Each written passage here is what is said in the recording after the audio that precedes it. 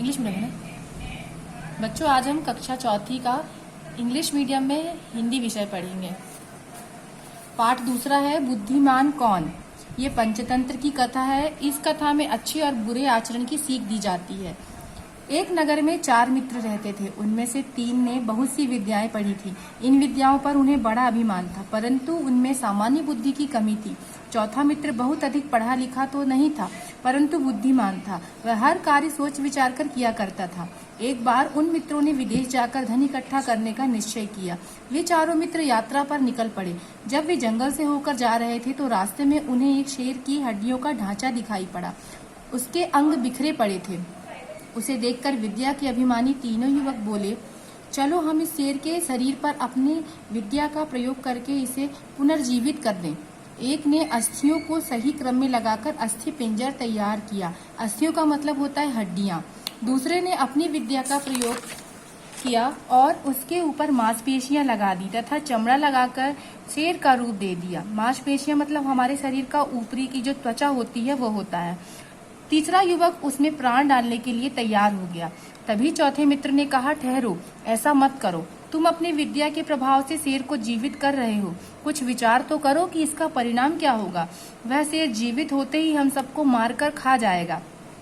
विद्या के अभिमानी उन युवकों को अपनी विद्या का दिखावा करना ही था। उन्होंने अपने मित्र की बात नहीं मानी। तब चौथे मित्र ने कहा, यदि तुम्हें अपनी विद्या का चमत्कार दिखाना ही है तो दिखाओ, परंतु एक क्षण ठहर जाओ। जब मैं इस वृक्ष पर चढ़ जाऊं तब तुम इस शेर को जीवित करना। इतना कहकर वह पास के वृक्ष पर चढ़ गया। तीसरे युवक ने अपनी विद्या का प्रयोग करके शेर में प्राण फूंक दिए।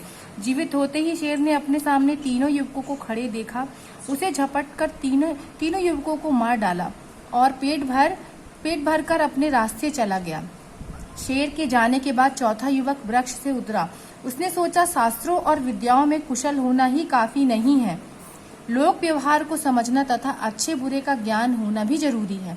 विद्या में शक्ति तो बहुत अधिक है, परंतु उस शक्ति का बुद्धिमत्तापूर्वक प्रयोग करना अति आवश्यक है, अन्यथा वह शक्ति हमारा ही विनाश कर सकती है।